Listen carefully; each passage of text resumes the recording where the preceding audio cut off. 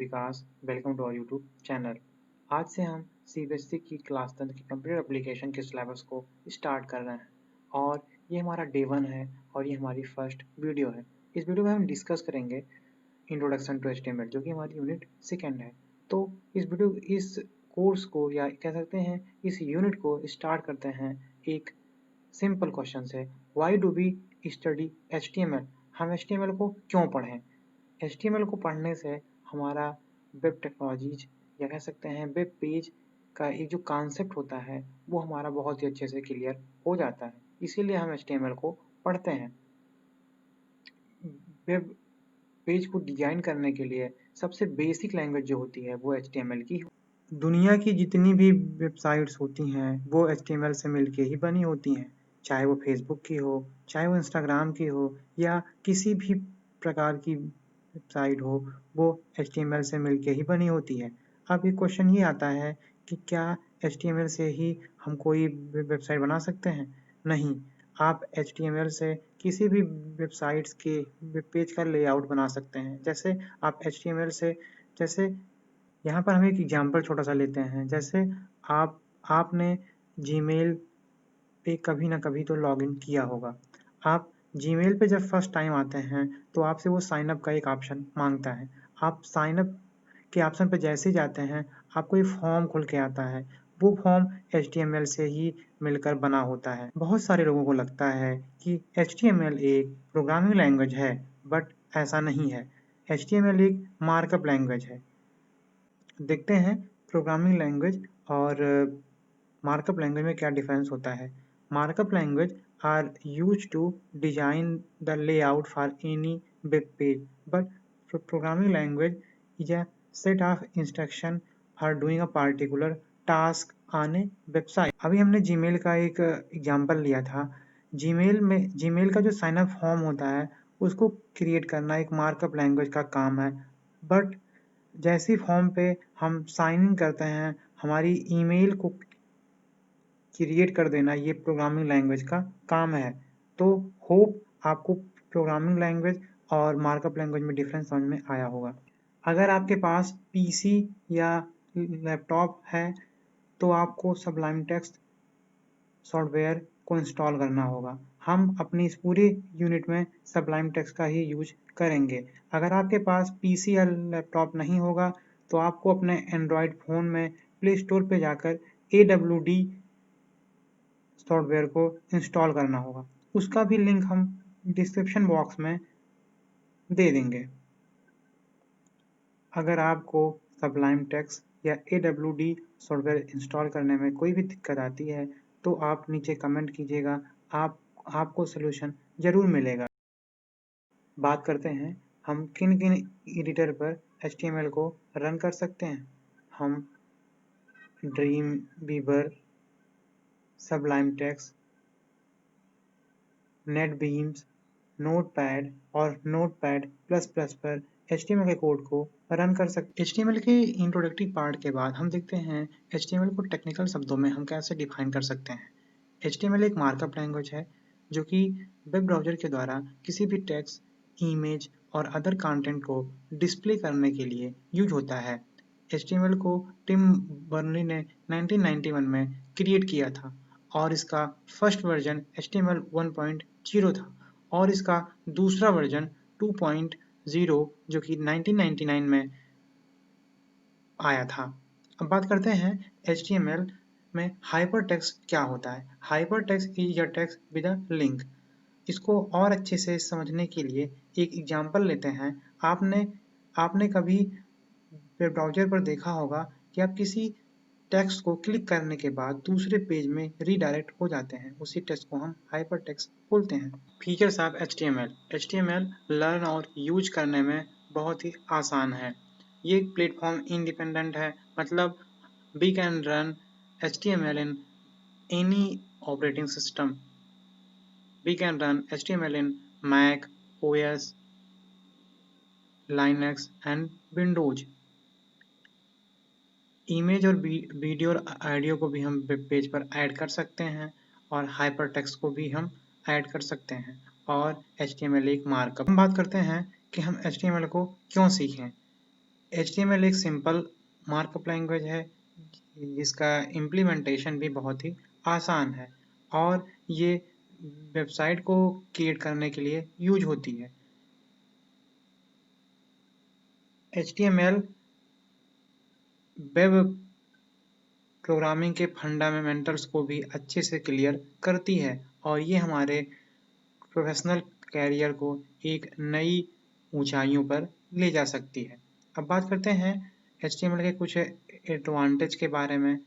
HTML website को बनाने में यूज होती है और ये सभी वेब ब्राउज़र को सपोर्ट करती है, चाहे वो गूगल क्रोम हो, चाहे वो मोजिला का फायरफॉक्स हो या कोई भी वेब ब्राउज़र हो।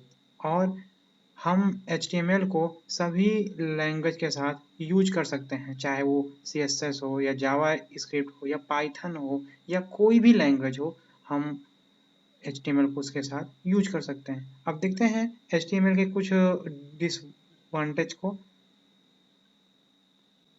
HTML से हम केवल स्टैटिक वेब पेज को ही डिजाइन कर सकते हैं। डायनेमिक के लिए हमको दूसरी लैंग्वेज का यूज करना पड़ता है और HTML के जो कोड होते हैं बहुत ही बड़े-बड़े होते हैं एज कम्पेयर टू अगर हम इसको किसी दूसरी प्रोग्रामिंग लैंग्वेज से कंपेयर करें, जैसे अगर हम पाइथन का डिजाइंगो करें और HTML को कंपेयर करें, तो अगर कोई वेब पेज हम HTML से क्रिएट करते हैं तो उसका कोड बहुत ही बड़ा होगा और डिजेंगो का कोड बहुत ही कम होगा।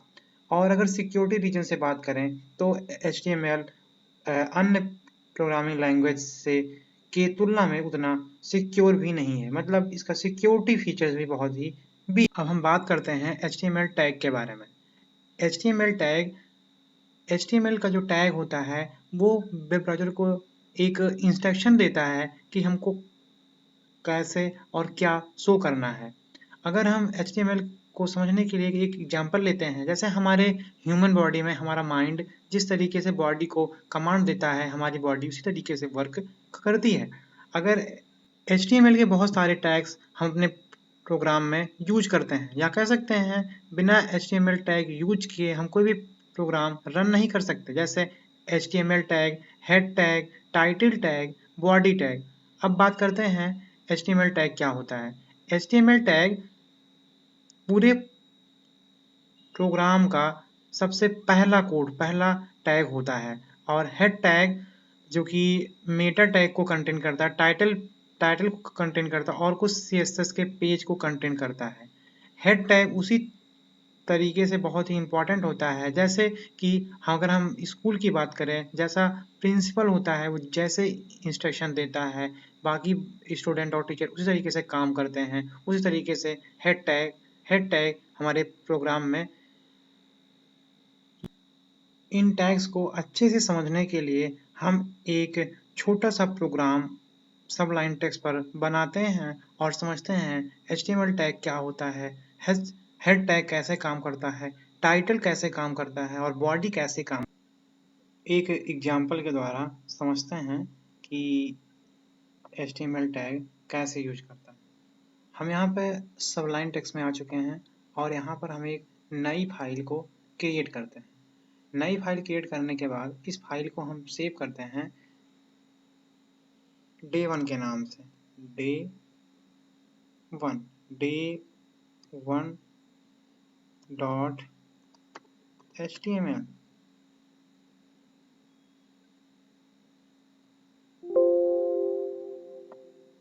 हमने क्या किया, यहाँ पे day1 के नाम से एक फाइल को सेव कर दिया। अब अगर आप सबलाइन टेक्स्ट पे आएंगे, अगर आप सिंपली यहाँ पे अगर आप HTML लिखते हैं तो नीचे आगे अगर आप ऐसे करेंगे तो ये HTML का पूरा एक सिंटैक्स होता है, ये HTML का सिंटैक्स होता है। ठीक, हम जो कुछ भी लिखते हैं वो हेड के अंदर ही लिखते हैं और इसको बोलते हैं ओपनिंग टैग और इसको बोलते हैं क्लोजिंग टैग। अब अगर हम यहाँ पे टाइटल में हमने डाल दिया माई फर्स्ट प्रोग्राम, अब इसको हमने कंट्रोल एस से इसको हमने सेव कर लिया। अब इसको हम रन करते हैं, देखते हैं क्या इसका आउटपुट की बात करें तो आप यहाँ पे देख सकते हैं कि वहाँ पे माई फर्स्ट प्रोग्राम आया है, क्योंकि हमने अपने सोर्स कोड में भी मैंने टाइटल में लिखा था माई फर्स्ट प्रोग्राम, हमने बॉडी में कुछ नहीं लिखा था, इसलिए इसके नीचे कुछ नहीं आई। अब देखिए यहाँ पे हमने लिखा था माई फर्स्ट प्रोग्राम, टाइटल में हमने लिखा था तो आ गया माई फर्स्ट प्रोग्राम।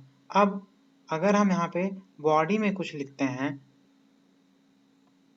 अगर हम यहाँ पे बॉडी के अंदर कुछ लिखते हैं, जैसे हमने बॉडी के अंदर लिख दिया माई नेम इज विकास, तो अब ये जो होगा वो उसके नीचे आएगा, टाइटल के नीचे आएगा माई नेम इज विकास। देखते हैं इसका आउटपुट क्या आता है। उस प्रोग्राम का आउटपुट देखने के लिए हमको अपने क्रोम को रिफ्रेश करना होगा, और जैसे ही हम यहाँ पे रिफ्रेश करते हैं आ गया माय नेम इज विकास। तो हम जो कुछ भी टाइटल में लिखते हैं वो इसी तरीके से हमको शो करेगा, और सॉरी जो कुछ भी हम बॉडी में लिखते हैं वो हमको यहाँ पे शो करेगा। होप आपको ये चीज़ें समझ में आई होंगी। तो इस वीडियो में बस इतना ही, मिलते हैं नेक्स्ट वीडियो में और सारे टैग्स के साथ और सारी एक्सरसाइज के साथ। तब तक के लिए हैव अ गुड